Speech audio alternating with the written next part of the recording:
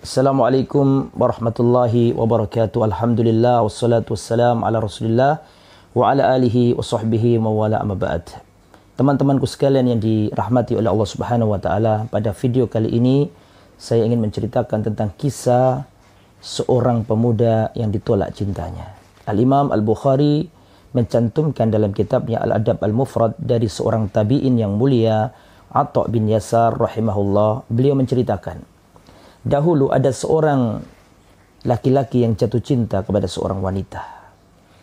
Laki-laki ini hatinya tertawan, tertambat pada wanita tersebut. Hari-harinya dia gelisah karena kepikiran orang ia cintai. Hingga rasa cintanya ini mendorong dia untuk segera mendatangi rumah wanita tersebut dan bertekad untuk melamarnya. Maka datanglah laki-laki ini ke keluarga si wanita untuk melamarnya.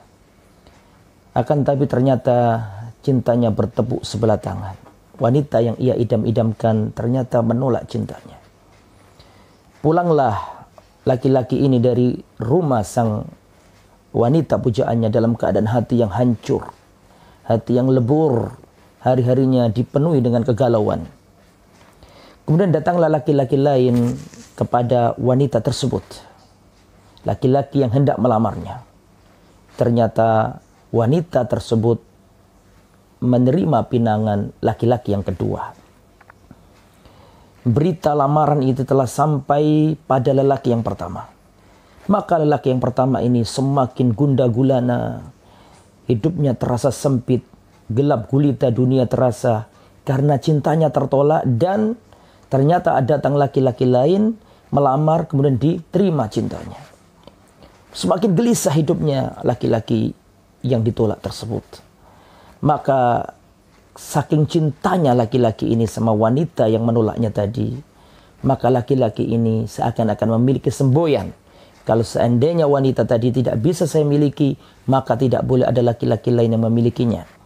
Maka laki-laki ini bertekad mendatangi wanita yang ia cintai dan akhirnya dia membunuh wanita yang ia cintai. Karena apa? Karena cemburu.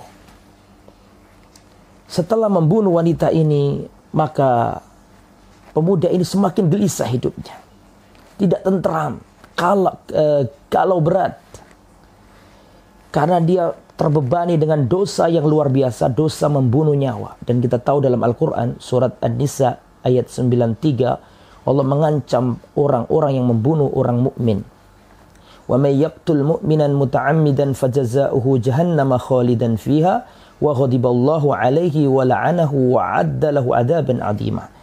Barang siapa membunuh seorang mukmin dengan sengaja, maka balasannya neraka jahanam, kekal selama-lamanya di dalamnya. Allah memurkainya, Allah melaknatnya, dan baginya azab yang besar. Maka laki-laki ini gelisah hidupnya, terbebani dengan dosa besar ini.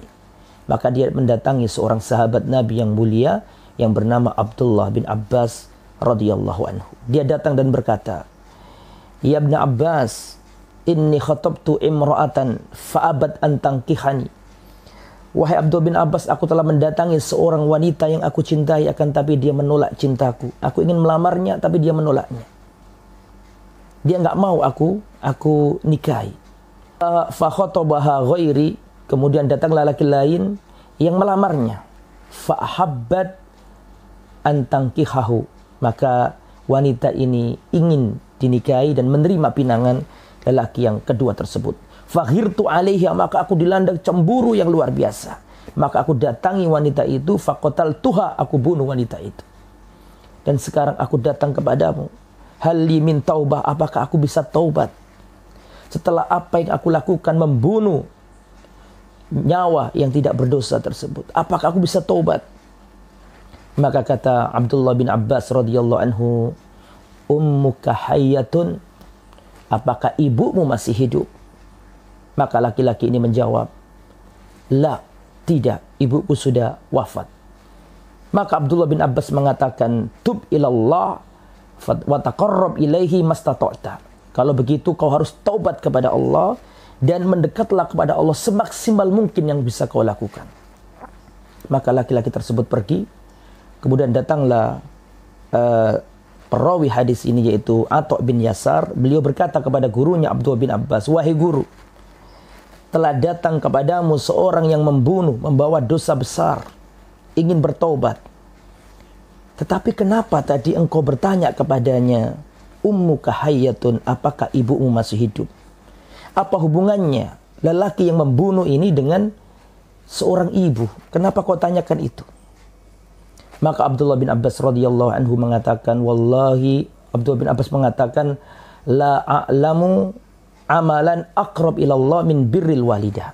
Aku tidak tahu amalan yang lebih dekat kepada Allah melebihi bakti kepada seorang ibu. Hadis sahih riwayat Al-Imam Al-Bukhari dalam kitab beliau Al-Adab Al-Mufrad dan dicantumkan oleh Al-Imam Al-Albani dalam kitab Sahih Al-Adab Al-Mufrad. Kaum muslimin, para teman-temanku yang dirahmati oleh Allah, di sini hadis ini terkandung dalamnya faedah yang luar biasa. Apa saja faedah-faedah yang terkandung dalam riwayat ini? Yang pertama, seorang yang ingin berhijrah, seorang yang ingin bertaubat, maka dia harus pandai-pandai mendatangi seorang guru. Seorang yang ingin taubat dan hijrah, dia harus bisa memilih guru yang tepat. Dan ini dilakukan oleh orang tersebut. Dia mendatangi sahabat Nabi, sumbernya ilmu.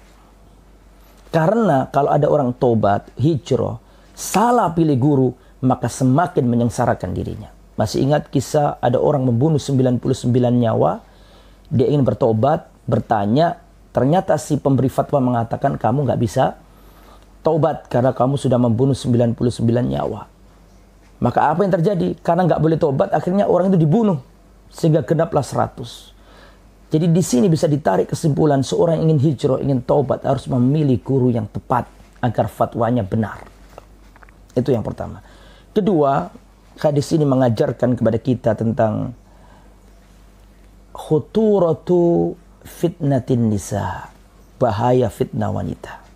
Dan Rasulullah SAW sudah mengatakan, tidaklah aku tinggalkan fitnah yang paling besar untuk kaum laki-laki, ya, melebihi fitnah wanita. Dan Rasulullah mengatakan, fattaqud dunya wattaqun nisa. Takutlah terhadap dunia, hati-hatilah terhadap dunia, dan hati-hatilah terhadap wanita. Kita tahu wanita itu kan sebenarnya bagian dari dunia. Tapi dalam hadis ini, Rasulullah SAW mengatakan, takutlah dunia dan takutlah wanita. Ya, ini namanya dzikrul khas ba'dal 'am, menyebutkan sesuatu yang khusus setelah sesuatu yang umum. Padahal kan wanita bagian dari dunia. Tapi dalam hadis ini Allah keluarkan atau Rasulullah keluarkan wanita dari dunia secara umum. Artinya di sini fitnah wanita lebih besar. Ya, fitnah terbesar di dunia bagi laki-laki. Fitnah wanita ini dulu yang menyebabkan Nabi Yusuf dipenjara. Dan fitnah wanita ini dahulu yang menyebabkan Nabi Yahya dipenggal kepalanya. Fitnah wanita, hati-hatilah. Sampai laki-laki tadi dalam cerita ini rela membunuh gara-gara cemburu, ya, terhadap wanita yang ia cintai. Pelajaran yang nomor 3, seperti kata Al-Imam Ibnu Qayyim Al-Jauziyah rahimahullah, man ahabba syai'an ghairallahi udziba bihi. Barang siapa mencintai sesuatu selain Allah, dia akan tersiksa dengannya. Makanya hati-hati. Cintailah sesuatu karena Allah. Cintailah sesuatu karena Allah. Kalau tidak, kau akan menderita. Seperti laki-laki ini, dia mencintai seorang wanita, tapi justru cinta itu menyiksa dirinya. Karena setiap cinta kepada selain Allah akan menyiksa pelakunya. Ya, semua cinta mendatangkan luka, kecuali cinta kepada Allah atau cinta karena Allah Subhanahu wa taala. Orang mencintai bisnis berlebihan, dia akan tersiksa dengan bisnisnya. Orang mencintai mobil mewah, ya, dengan berlebihan, dia akan tersiksa dengan mobil mewahnya. Karena Allah tidak ingin dimadu. Allah ingin memberikan pelajaran bagi kita bahwa cinta yang sejati harus diberikan kepada Allah. Itu pelajaran nomor 3. Dan pelajaran nomor 4, ini yang paling inti, paling penting, ya, yaitu fadlu birril walidah. Pentingnya atau keutamaan berbakti kepada seorang ibu. Ketika datang seorang pembunuh, yang kita tahu tadi kita uraikan dosanya membunuh itu besar. Neraka jahanam, kekal di dalamnya, dilaknat, dimurkai, adab pedih. Ya, seperti surat An-Nisa ayat 93 yang kita uraikan tadi. Dosanya besar. Tapi lihatlah ketika laki-laki ini datang ke Abdullah bin Abbas. Apa kata Abdullah bin Abbas? Kata beliau, apakah ibumu masih hidup? Seakan-akan beliau ingin menyampaikan, dosamu itu bisa diampuni dengan kamu harus berbakti kepada ibumu. Maka dari itulah dalam riwayat dikatakan, Rasulullah ditanya, ya Rasulullah, siapakah orang yang paling berat untuk aku berbakti kepadanya? Kata Rasulullah, ummukah, ibumu. Siapa lagi ya Rasulullah? Ummuka, ibumu. Siapa lagi ya Rasulullah? Ummuka, ibumu. Lalu siapa lagi ya Rasulullah? Baru bapakmu. Di sini Rasulullah SAW menyebutkan untuk ibu 3 hal atau 3 kali, sedangkan untuk ayah cuma sekali. Al-Imam Ibn Hajar Al-Asqalani dalam kitabnya Al-Fath, beliau menyebutkan kenapa dalam hadis ini ibu disebutkan 3, sedangkan ayah disebutkan 1. Karena ibu memiliki 3 hal yang tidak dimiliki oleh seorang ayah. Ibu mengandung, ibu melahirkan, dan ibu menyusui, dan ini nggak dimiliki oleh seorang ayah. Makanya hati-hati, berbaktilah kepada orang tua. Tidak ada amalan yang paling cepat mengantarkan anak Adam ke surga melebihi bakti kepada orang tua setelah tauhid. Dan tidak ada amalan yang paling cepat menjerumuskan anak neraka. Mohon maaf, dan tidaklah ada amalan yang paling cepat menjerumuskan anak Adam ke neraka setelah syirik melebihi durhaka kepada orang tua. Dan Rasulullah mengatakan, babani mu'ajjalani ukubatuhuma fid dunya. Ada 2 dosa yang Allah segerakan adabnya. 2 dosa yang tidak nunggu di akhirat. Di akhirat ada lagi kalau orangnya nggak tobat. Yang pertama, al-baghyu, melampaui batas atau kezaliman. Yang kedua, al-uquq, durhaka kepada orang tua. Maka barang siapa yang ingin dosanya diampuni Allah, berbaktilah kepada orang tua. Inilah kisah tentang pemuda yang ditolak cintanya. Mudah-mudahan bermanfaat dan kita bisa mengambil hikmah dari kisah yang mulia ini yang dicantumkan Al-Imam Al-Bukhari dalam kitabnya Al-Adab Al-Mufrad. InsyaAllah kita akan ketemu lagi pada postingan-postingan berikutnya. Dan ikuti terus, mudah-mudahan kita bisa memberi dan menerima faedah dan semoga ini diberkahi oleh Allah Subhanahu wa taala. Semoga bermanfaat. Wassalamualaikum warahmatullahi wabarakatuh.